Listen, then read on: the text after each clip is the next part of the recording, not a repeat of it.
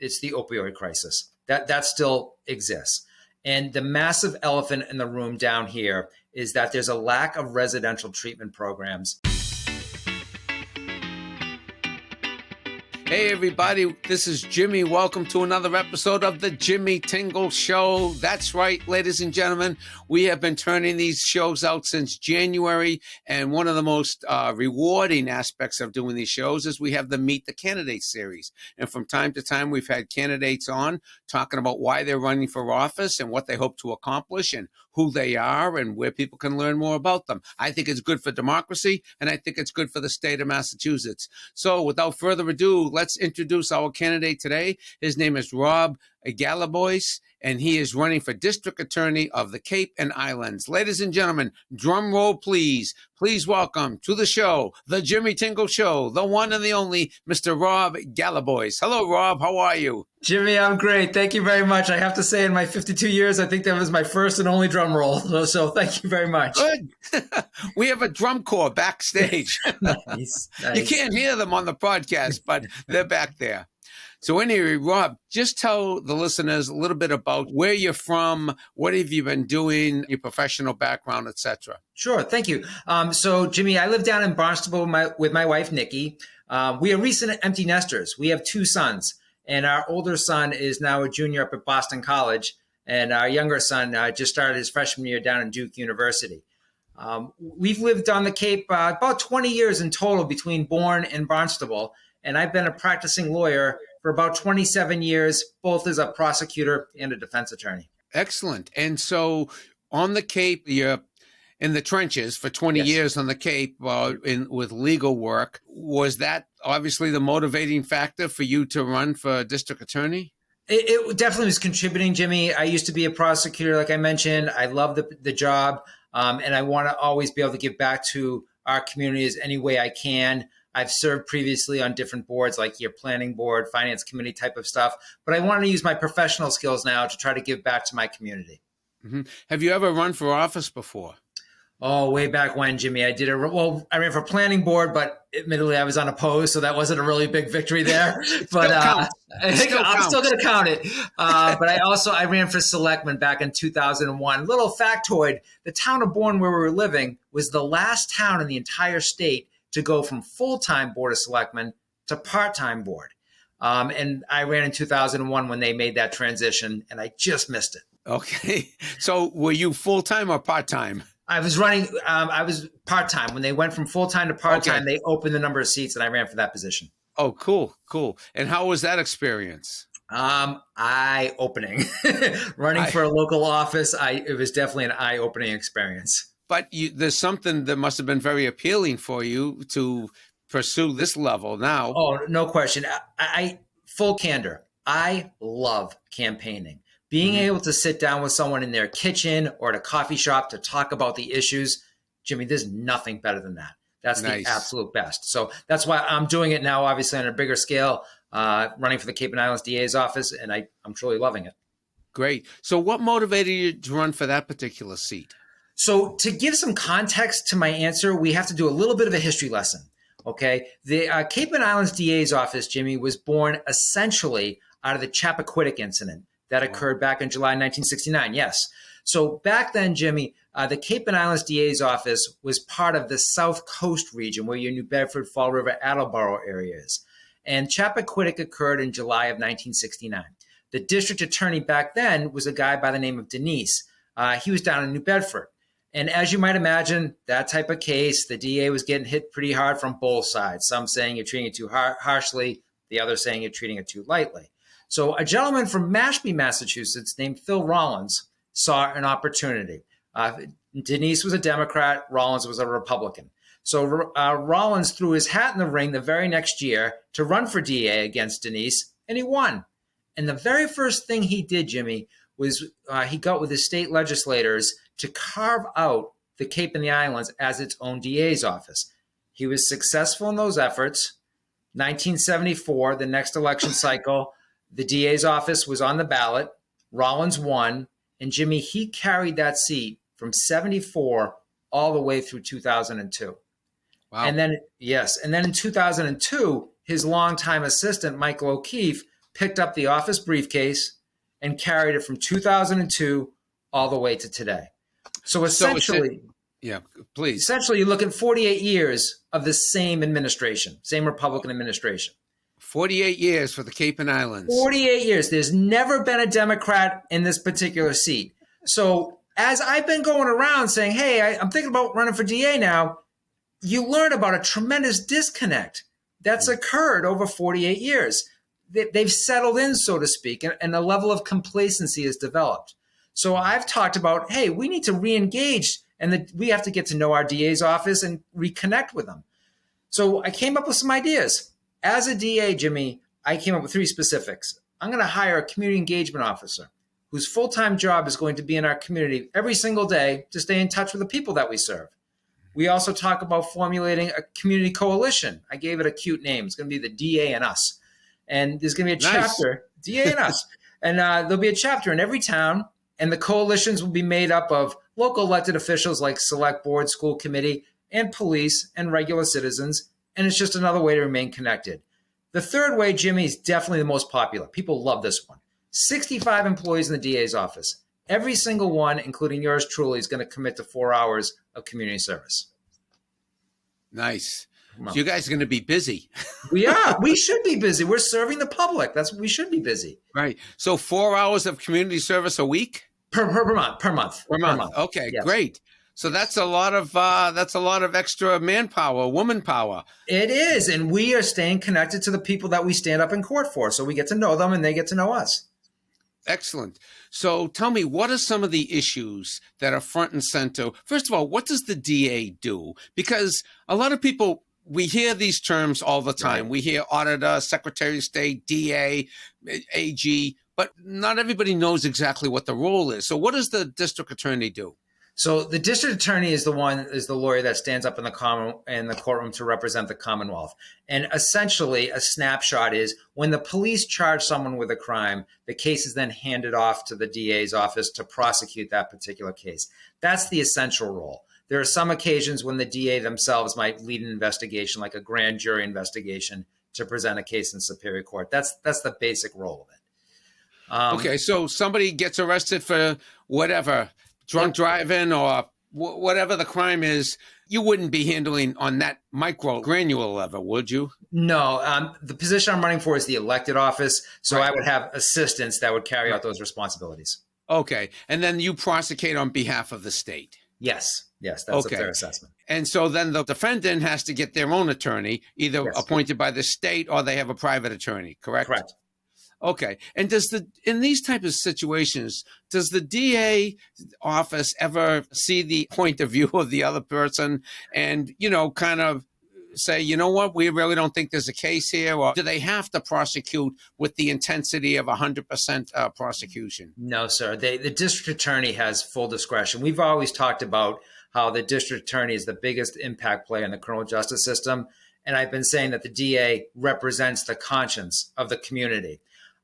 I'm the only one in the race, Jimmy, that's done both sides. I was a prosecutor and I was a defense attorney. So to your point, I think there's an intrinsic value having that type of background. You can analyze a case to see the legalities, whether it's there or it's not there, but also matching it up against fundamental fairness. What's just in this particular case? And I'm not coming at it just from the angle of being a prosecutor. So you could theoretically take the side of the defendant if you felt that they were unjustly accused or something. If there's something like that, but you also look for a fair and just outcome.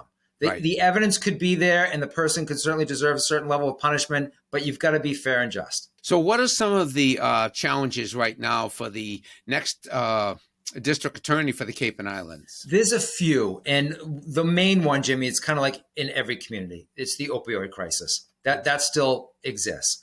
And the massive elephant in the room down here is that there's a lack of residential treatment programs from your mid-Cape down to your outer Cape area and on each island. So when I go around and take certain meetings, we talk about trying to put a focus group together where you have your private investors, you've got the professionals in the field, and local elected officials to try to figure out, hey, how can we develop some residential treatment programs? Jimmy, this is not a role usually for the DA. It's not a traditional role, but it hasn't been a traditional time for a long time regarding the opioid crisis. So you want to immerse yourself more in that particular issue? Yeah, it's needed. It's still desperately needed. Another thing, and this is what I offer as the benefit, having been in private practice and practicing beyond the Cape and the Islands. A lot of my practice goes throughout all the Commonwealth of Mass. Throughout Massachusetts, Jimmy, in virtually every county across Massachusetts, we have specialty district court sessions. And I'm speaking specifically about a mental health session and a veteran session. We don't have either of those on the Cape and the Islands. And I think it was just last week. It was one of those moments where I literally stopped when I heard it, walking by the television, and a poll was produced by CNN where it said 90% of Americans agree. First of all, 90% of Americans agreeing on anything is a fact. Right. But 90% of Americans believe we're in a mental health crisis right now. Mm-hmm. So it's quite prevalent, obviously. So I've been trying to push in this campaign about how my administration, we will look to launch a mental health session. Similarly, a veteran session. Veterans bring their own uniqueness when they get ensnarled in the criminal justice system. In a veteran session, you get to pull in volunteering veterans from your community to try to help that struggling veteran. These are critical specialty sessions, and I'm looking forward to try to get them off the ground on the Cape and Islands. Great. What about the homeless issue? It seems to have ballooned everywhere from what I can tell. I was down in Hyannis recently, and people were saying the homeless situation in Hyannis has really accelerated. I completely agree with your observations that that population has grown. Unfortunately, the services have not grown with that particular population. And yes, the underlying current there often deals with mental health concerns and substance abuse concerns, and therefore adds the value to trying to get these mental health courtrooms running, because every once in a while, as you might imagine, the homeless population gets into some trouble and brought before the justice system. Right. It's not that they're particularly dangerous, and I don't mean to stigmatize it, but when people see it, and I think the average person says, how are we treating this? How are we treating this in our cities and towns? Right. The other thing I wanted to ask you, do you know of any programs where there's a restitution component, especially young offenders? Yes. They do something, let's just say someone steals a car or something and cracks it up, and they've done $2,500 worth of damage or whatever they've done. In lieu of prosecution, in lieu of jail, is there a system in place where you pay $2,500 back?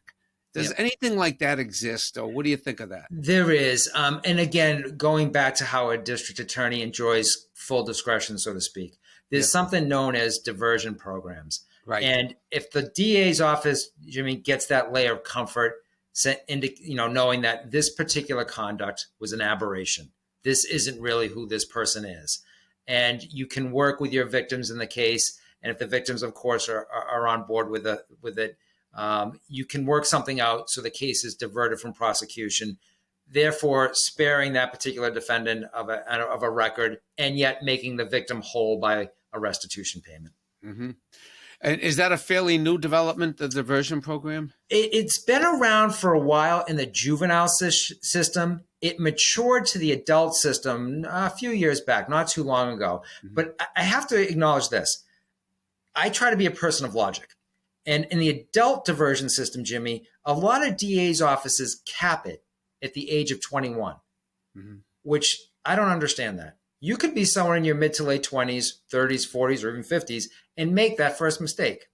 And if the DA's office feels, okay, this really is an aberration, we're not going to see you again, why should your age be determinative of whether or not you qualify for diversion? So in my office, I've said, I'm not going to cap it at age 21. Okay. So tell me what other issues are front and center, and then tell us where people can learn more about your campaign. So going back to the opioid crisis, on the other side of it, if you will, those that are in the business of profiting from trafficking in heroin and fentanyl, of course, I'm looking to utilize certain tools, prosecutorial tools, that you'll find in other DA's offices across the Commonwealth of Massachusetts, but not down here in the Cape. And there's a particular statute, Jimmy, it's referred to as the dangerousness statute, that a DA in those types of cases can try to hold someone without bail from the very outset. So they're not allowed to post a high bail because they keep a cash reserve and then just go right back into the business of pushing the poison back through the neighborhoods. Mm-hmm. So that's something that's near and dear to my heart, to try to tramp down, so to speak, on these trafficking dealers in heroin and fentanyl. And I appreciate the opportunity of allowing me to greet your audience with how to get in touch with me and check out my platform issues. We have a website, if I could be allowed to put it out there. Sure.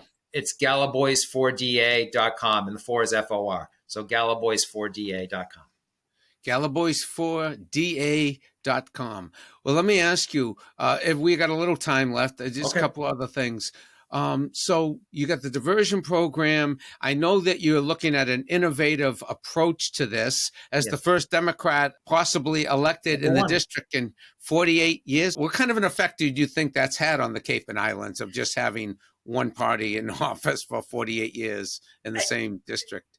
I go back to complacency. They've just been so comfortable in their position for so long. You really do have that breakdown in the relationship between the office and the people that it serves. The overwhelming majority have no idea what the DA does.